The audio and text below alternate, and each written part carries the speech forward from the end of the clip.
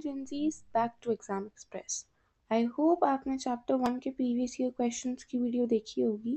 And now today I am here with business studies chapter 2 principles of management. See ये chapter थोड़ा बड़ा ज़रूर है, बट हाँ इसमें से ना काफ़ी अच्छे क्वेश्चंस फ्रेम होते हैं केस स्टडी वाइज। ठीक, तो now I have PYQs again जो मोस्ट ऑफ द बच्चे गलत करके आए हैं। Now let's begin without wasting any time. Okay, our first question is assertion reason. सी जो assertion reason है ना वो CUET वालों के हैं फेवरेट। मतलब assertion reason वाले क्वेश्चंस तो ना आते ही आते हैं, तो ये सारे तो ना अच्छे से करके जाना। तो our first assertion is principles of management are universal in nature। ठीक है, हमें पता है कि वो pervasive होते हैं, universal हैं, so assertion तुम्हारी करेक्ट है। Okay, reason they can be applied in all types of organisation. Again ये भी करेक्ट है, यूनिवर्सल है तो ऑल टाइप्स में तो लगी रही हैं। तो इसका आंसर हुआ both true. R explains A. Moving to question number 2। Okay, again assertion रीजन। assertion है हमारी principles of management are flexible. yes we know that they are flexible। reason they can be modified according to situations। yes, अब देखो जो management के principles हैं ना वो रिजिड नहीं होते, रिजिड होते हैं साइंस के प्रिंसिपल्स जो बिल्कुल फिक्स्ड हैं हर उसमें। बट जो मैनेजमेंट के प्रिंसिपल्स हैं ना वो अपनी ऑर्गेनाइजेशन के अकॉर्डिंग, अपनी सिचुएशन के अकॉर्डिंग ना बदल सकते हो। मतलब जो जो प्रिंसिपल आपके ऑर्गेनाइजेशन पे जैसा सूट करे ना आप ऐसा कर सकते हो। तो अगैन एजोशन भी करेक्ट है, रीजन भी करेक्ट है, और आंसर हुआ A, both true. R explains A। ठीक है, moving to question number 3। A company allows workers to suggest improvements in production methods। This reflects which principle। see जहाँ पे भी employees को employees से आप पूछ रहे हो, ठीक है, उनके suggestions ले रहे हो, तो वहाँ आंसर आ जाता है इनिशिएटिव। वहाँ आंसर होता है हमेशा इनिशिएटिव। जहाँ पे भी employees कुछ सजेस्ट कर रहे हैं, suggestion by employees। Okay, so moving to our question number 4। Lower level managers are empowered to take routine decisions। Which principle is applied? See देखो, मेन डिसीजंस लेता है टॉप लेवल मैनेजमेंट, बट अगर वो अपने से नीचे वाले लेवल्स को मैनेजमेंट के डिसीजंस लेने दे रहा है ना, तो इस प्रिंसिपल को हम कहते हैं डिसेंट्रलाइजेशन। डिसेंट्रलाइजेशन का मतलब ही यही होता है कि अपने से नीचे वाले वर्कर्स को, एम्प्लॉयज़ को अथॉरिटी देना डिसीजंस लेने की। तो इसमें थी सेंट्रलाइजेशन तब होता अगर सिर्फ टॉप मैनेजमेंट सारे डिसीजंस ले रही होती, बट अगर वो अपने से लोअर उनको दे रहा है, लोअर लेवल्स को, तो the answer goes with decentralisation. देखो क्वेश्चंस बहुत इजी हैं, जस्ट ध्यान से पढ़ना और उनका समझ होनी चाहिए कि कौन सा प्रिंसिपल किस उसमें यूज होता है, then you are able to do it. Now question number 5 is employees are treated harshly to maintain discipline.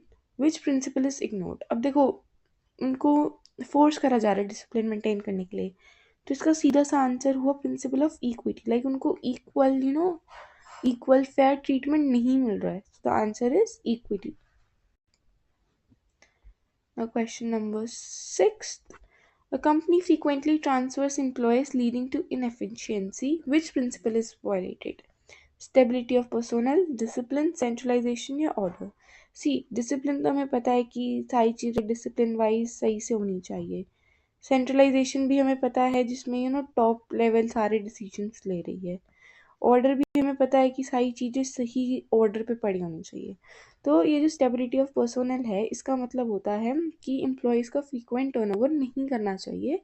Because इससे क्या होगा, अगर वो एक जगह से वो एक ऑर्गेनाइजेशन में काम कर रहे हैं, ठीक, वहाँ पे उनको सेंस ऑफ बिलोंगिंगनेस नहीं है। उनको लगता है वो कभी भी ट्रांसफ़र होकर दूसरी ऑर्गेनाइजेशन में भेज दिए जाएंगे जो कहीं और है, तो ऑब्वियसली वो इतने अपनी बेस्ट एफिशिएंसी से वर्क नहीं करेंगे। ठीक, उनका यहाँ पे काम करने का मन नहीं करेगा, इस वजह से वो अच्छा आउटपुट नहीं देंगे। सो यहाँ पे जो प्रिंसिपल वायलेट हो रहा है is stability of personnel, as this principle states कि जो एम्प्लॉयज़ हैं उनको फ्रीक्वेंटली ट्रांसफ़र मत करो। जहाँ पे जिस ऑर्गेनाइजेशन की ब्रांच में वो काम कर रहे हैं उसी ब्रांच उनको काम करने दो। Okay, moving to question number 7th. During emergency, two employees communicate directly ignoring hierarchy. Which concept is applied? See, ये वो वाला हो गया जैसे अगर वो हायरार्की मेंटेन करें, लाइक ए बोले बी को, बी सी को, सी बोले डी को, डी टू ई, तो ये तो हो गया हमारा स्केलर वाला फो, जिसमें एक चेन फॉलो होती है। एक ने दूसरे अपने ऊपर अथॉरिटी सुपीरियर को बोला, फिर उसने अपने सुपीरियर को, देन ऐसे हुआ। बट अगर वो डायरेक्टली बात कर लेना, लाइक ए को ई तक कोई इंपॉर्टेंट मैसेज पहुंचाना था तो उसने डायरेक्टली कम्युनिकेट कर दिया, तो इसका हम बोलते हैं गैंग प्लान। इसको we say a gang plan and it is a exception to scalar chain. Okay, moving to question number 8। Which principle prevents dual subordination? अब dual subordination का क्या मतलब हुआ? It means कि जो काम है वो बार बार हो गया, लाइक ये काम सही से नहीं पूरा हुआ क्योंकि अलग अलग जगह से कमांड आ रही थी। लाइक ये एक वर्कर है ओवर देयर, जो भी ड्राइंग देखो समझ जाना, इसको इस बॉस से भी कमांड मिल रही है, इसको इस बॉस से भी कमांड मिल रही है। सो देयर आर चांसेस कि वो डबल डबल काम कर ले या कंफ्यूज हो जाए।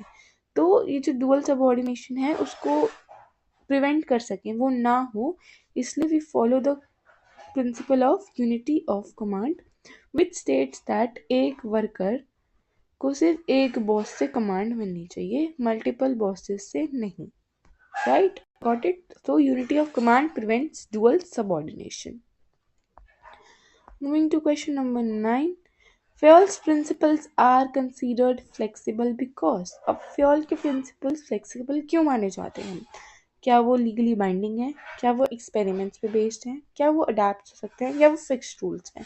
देखो अभी हमने देखो फ्योल ने दिए थे 14 प्रिंसिपल्स, ठीक है, और हमने पढ़ा था कि वो जो 14 प्रिंसिपल्स हैं ना वो अपनी सिचुएशन के हिसाब से मॉडिफाई हो सकते हैं, रिजिड नहीं है। So basically they are fixed rules, तो नहीं हुआ, मतलब वो तो साइंस के प्रिंसिपल्स होते हैं, ठीक है। एक्सपेरिमेंट्स वगैरह पे भी हम कह सकते हैं कि बेस्ड है, तो और जो लीगली बाइंडिंग है ये तो बिल्कुल नहीं है। देखो बी और सी दोनों हो सकते हैं, वो अडैप्ट भी हो सकते हैं, वो बेस्ड ऑन एक्सपेरिमेंट्स भी है, बट जो मोस्ट सूटेबल, अब देखो 4 ऑप्शन है, आपको मोस्ट सूटेबल आंसर करना है, आप बी और सी दोनों टिक करके नहीं आ सकते।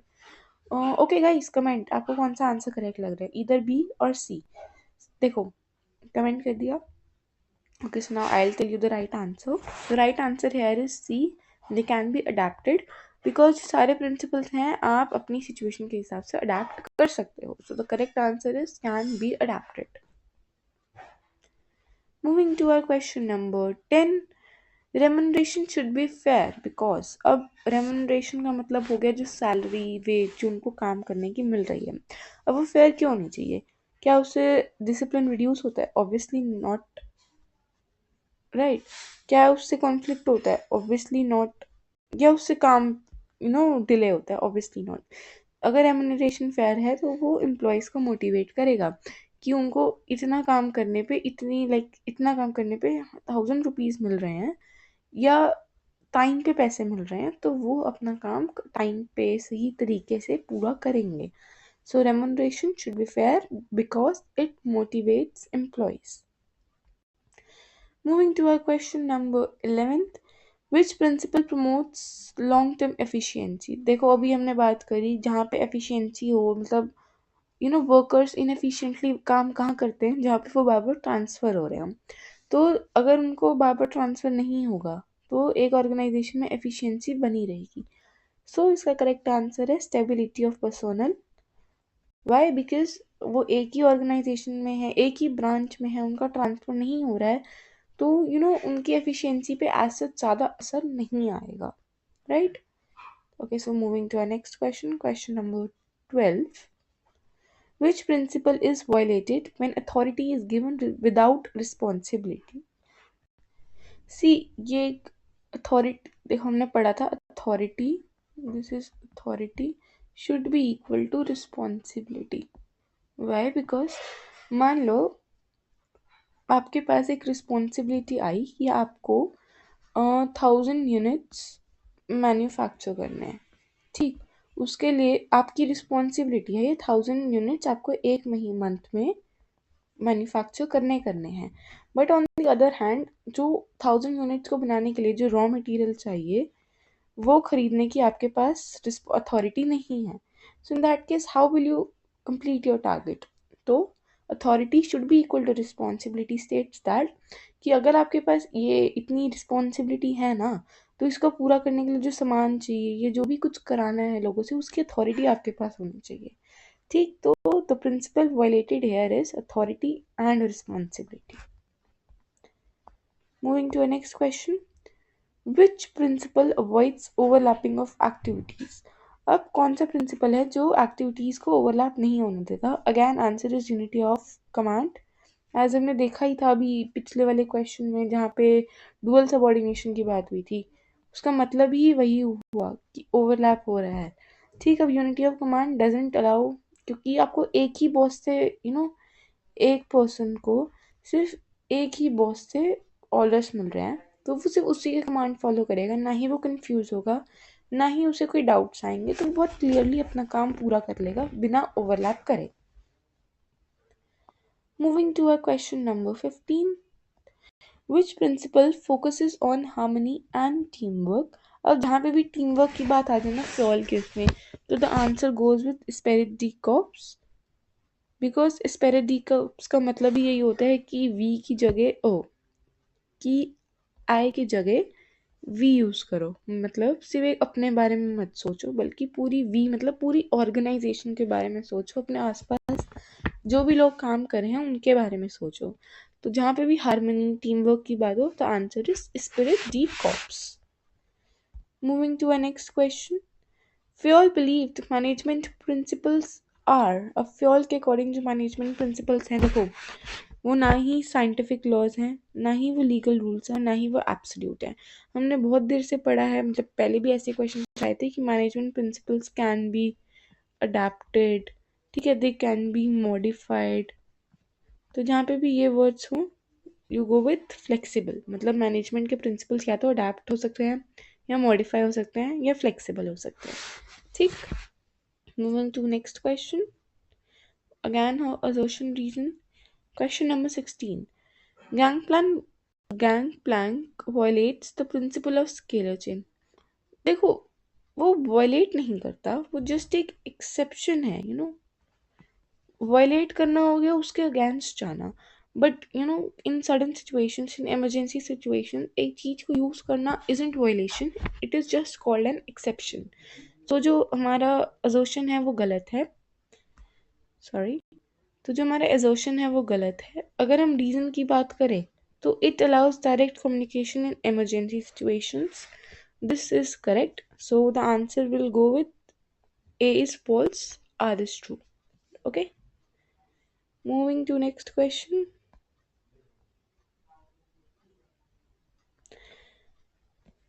assertion is discipline is essential for smooth functioning of organization. Yes, बहुत ज़रूरी है। रीज़न है discipline implies respect for agreement and rules, ये भी सही है। अब देखो सेंस लगाओ कि क्या ये आर ए को एक्सप्लेन कर रहा है? देखो मेरे, yes definitely it is explaining, क्योंकि डिसिप्लिन का मतलब है रूल्स वगैरह अच्छे से फॉलो हो जाएं, और डिसिप्लिन एसेंशियल है। तो इसका आंसर हुआ both true, R explains A. Moving to next question, question number 18. A firm gives authority to lower level managers to take decision. ये क्वेश्चन शायद रिपीट हो गया, तो इसका आंसर इज डिसेंट्रलाइजेशन। मैंने बताया था जहाँ पे टॉप लेवल अपने से नीचे वालों को अथॉरिटी या डिसीजन मेकिंग की पावर दे, तो आंसर इज डिसेंट्रलाइजेशन। और यहीं पे अगर सिर्फ टॉप लेवल मैनेजमेंट कर रही होती तो हो जाता decentralisation. Moving to our next question, question number 19. So the question is, management principles help in thoughtful decision making. They emphasize logic rather than blind faith. This statement describes the following point of significance of principles of management. देखो अभी ये ना clearly कह रहे हैं कि ये logic की बात करते हैं, और logic most of the time हम साइंटिफिक बातों में देखते हैं, राइट? तो ये हमारा कीवर्ड सा हो गया लॉजिक, ठीक है, rather than blind faith. तो अब क्या ऑप्शन, सारे ऑप्शन देखो, देन एलिमिनेट करना स्टार्ट करो। फुलफिलिंग सोशल रिस्पॉन्सिबिलिटी, देखो लॉजिक ब्लाइंड फेथ में सोशल रिस्पॉन्सिबिलिटी तो आ नहीं रही, ठीक। साइंटिफिक डिसीजंस कह सकते हैं, राइट, बट आगे के ऑप्शंस देखते हैं। Meeting changing environment requirements, again no. Optimum utilisation of resources and effective organise administration, again no, क्योंकि यहाँ पे लॉजिक फेथ की कहीं बात ही नहीं हो रही। इनमें स्टेटमेंट है they emphasize logic rather than blind faith, तो वो साइंटिफिक डिसीजंस पे ज़्यादा बिलीव करते हैं मैनेजमेंट प्रिंसिपल्स, इसलिए this statement reflects scientific decisions. All right, moving to our next question. Question number 20th. Taylor believed that there was only one best method to maximize efficiency. This method can be developed through study and analysis. Identify the principle of scientific management being discussed above. और देखो mainly अभी जो question आए थे वो हमने Fayol के देखे थे। अब टेलर का जो क्वेश्चन है, देखो टेलर के 4 ही वो थे टेक्निक्स, तो वो चारों ही ऑप्शन में है। तो अब देखो जहाँ पे आ जाए ना one best method to maximise efficiency, ये तो ना क्लियर वही है, मतलब इससे ज़्यादा हिंट के तो डायरेक्ट आंसर ही दे दिया। जहाँ पे आ जाए one best method to maximise efficiency वगैरह, वहाँ पे होता है answer science, not the rule of thumb. See rule of thumb होता है हिट एंड ट्रायल मेथड पे, कि आप अपने एक्सपेरिमेंट्स कर रहे हो, रिजल्ट्स निकाल रहे हो, गेसेस मार रहे हो, ठीक। बट वन बेस्ट मेथड जो है ना टेलर के अकॉर्डिंग इज साइंस, ठीक है। आप लॉजिक पे ध्यान दो, साइंस पे ध्यान दो, रूल ऑफ थंब या हिट एंड ट्रायल या जस्ट इंट्यूशन पे ध्यान मत दो। So the answer here is science, not the rule of thumb. Moving to our question number 21. Assertion has scalar chain ensures formal communication and organization. Yes. और reason है it establishes a clear line of authority. Again ठीक है, मतलब ए ने अगर B को order दिया, B ने सी को, सी ने डी को, ठीक है, ये सेंस एक क्लियर लाइन बन गई अथॉरिटी की, राइट। और इसमें ये फॉर्मल लाइक सारी बातें फॉर्मली भी ट्रांसफर हो रही हैं। So the answer is both A and R true and R explains A. Okay, case study this seems to be important, अच्छे से पढ़ेंगे। 22 है, flavours of South is a famous chain of South Indian restaurants. It believes in complete cooperation between the labour and management, ठीक है, cooperation की बात हो रही है। It's management encourages the employees for their constructive suggestions. They take their employees into confidence for all important decisions. Which principle of scientific management has been followed by Flavors of South? अब देखो यहाँ पे किसकी बात हो रही है कि जो लेबर और मैनेजमेंट है वो बहुत अच्छे से काम कर रहे हैं, कोऑपरेट कर रहे हैं एक दूसरे के साथ। जो मैनेजमेंट है वो इम्प्लॉयज कर रही है, सजेशंस मांग रही है। मोस्ट ऑफ द टाइम जहाँ पे भी ये इम्प्लॉयज सजेशंस वाली बात आ जाए, the answer goes with cooperation not individualism. Why? Because ये वाला आंसर, वाई? बिकॉज यहाँ पे सिर्फ कोई अपने बारे में बात नहीं कर रहा, वो पूरी ऑर्गेनाइजेशन के बारे में बात कर रहे हैं। Alright, moving to question number 23. Functional foremanship is the extension of, ठीक है, अगेन टेलर के बेस्ड के क्वेश्चन हैं, टेलर के टेक्निक्स पे बेस्ड आई मीन। तो फंक्शनल फॉर्मैनशिप क्या कहता है कि दो डिपार्टमेंट के अंदर 4 ईच सब बॉसेस होने चाहिए। तो ये कौन से उसका एक्सटेंशन है, कौन से प्रिंसिपल का? So the answer is division of work. Why? Because division of work कहता है कि अगर ये काम है ना तो इसको अपनी अपनी डिफरेंट यूनिट्स में बांट लिया जाए, ठीक है, ये 3 यूनिट्स हो गई, राइट। और फंक्शनल फॉर्मैनशिप का भी ऑलमोस्ट यही मतलब हुआ कि एक उसके नीचे डिफरेंट 4 सब बॉसेस हों। So this is very important question. ऐसे क्वेश्चंस जहाँ पे ऐसे एक्सटेंशन हो या बहुत थोड़ा कंफ्यूजिंग सा हो जाता है, तो ऐसे क्वेश्चंस आर मस्ट, ये तो अच्छे से प्रैक्टिस करके जाना। So the answer here is division of work. Moving to question number 24.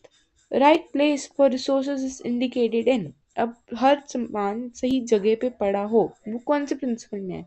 देखो if I state a example, एक ऑफिस में कोई मशीनरी खराब हो गई, ठीक है, तो ऑफिस में ही जो वर्कर्स हैं उनको मशीनरी ठीक करनी आती है एंड वो मशीन रिपेयर करना इज क्वाइट अर्जेंट, ठीक है। तो जो मशीन को ठीक करने के लिए टूल्स है ना, वो ऐसे ही किसी भी रैंडम जगह पे पड़े हैं, मतलब उसकी कोई फिक्स प्लेस नहीं है, कभी वो ए प्लेस पे है, कभी वो बी पे है, कभी वो सी पे है। सी तो वो वर्कर जो है वो ढूंढता ही रह जाएगा, ए से बी सी, मतलब कहाँ ढूंढे। यही अगर उसकी एक फिक्स प्लेस होती ए, ठीक, अब वर्कर को भी ज़्यादा मेहनत ना करनी पड़ती, वो आता अपना टूल बॉक्स लेता और चला जाता। So this is what right places for resources should be indicated in an organization। और जो प्रिंसिपल इस बात को सपोर्ट करता है, that is principle of order. It states that हर एक चीज की अपनी करेक्ट जगह, इंडिकेटेड जगह होनी चाहिए। Okay, moving to question number 25th। The principle of management given by FUEL which aims at preventing overlapping of activities। देखो ये overlapping of activities वाला तो ना मतलब ठीक है, बहुत इजी सा है। तो अगेन इसका आंसर हुआ हमारा unity of command. Sorry sorry, यहाँ पे ओवरलैपिंग ऑफ एक्टिविटीज की बात हो रही है, डुअल सबऑर्डिनेशन की नहीं। सो the answer here will be division of work. Why? Because अगर चीज़ें सही से डिवाइडेड हैं तो सबको पता होगा कि उसने क्या काम करना है। अब ये एक वर्क है फॉर सपोज, ठीक है, हम इसे वर्क कंसीडर कर लेते हैं। ठीक, अगर ये वर्क सही से डिवाइडेड है कि इतना पार्ट इस बंदे ने करना है, इतना इसने, इतना इसने, तो हर कोई अपना अपना काम करेगा, राइट। बट अगर ये वर्क डिवाइडेड ही नहीं है, ये कंप्लीट वर्क है और ए बी सी को इसने पूरा करना है और उनके बीच में कम्युनिकेशन ना इतनी अच्छी नहीं है, तो वो तो सेम काम रिपीट नहीं कर देंगे। So the principle of management which aims at preventing overlapping of activities is division of work। जहाँ पे dual subordination की बात आ जाए, that is unity of command। Okay, moving to our next question, question number 26th। So the question states, Vidya Public School is a renowned school in Nagpur. The management recently appointed a new business studies teacher, Shweta, to teach class 11th and 12th and gave her a monthly salary of 50,000.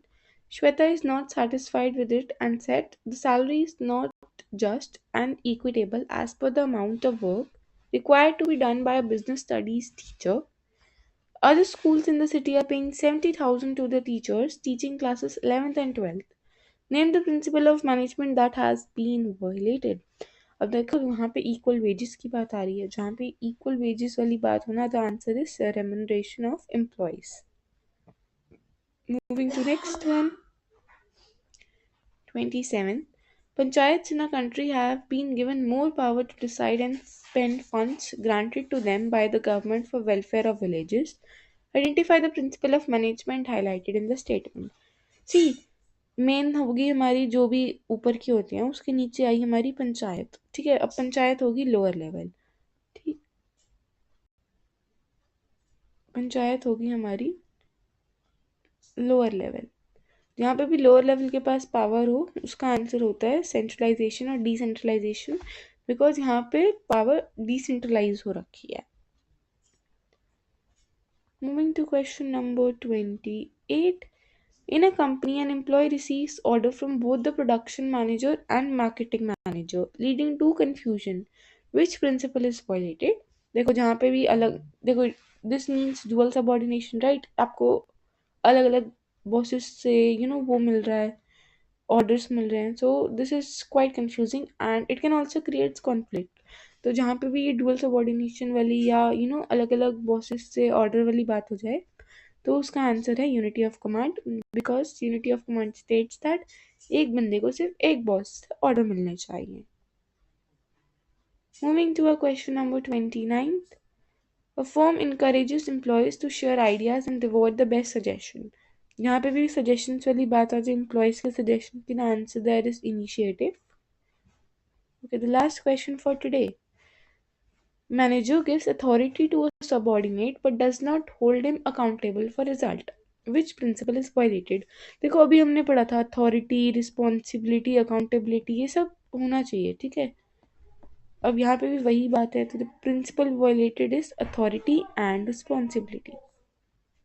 Okay, so we are done for the day. Now I'll be back tomorrow with a new subject. Till then, practice these PYQs, and if you have any doubt, then do tell me in the comment section. Thank you.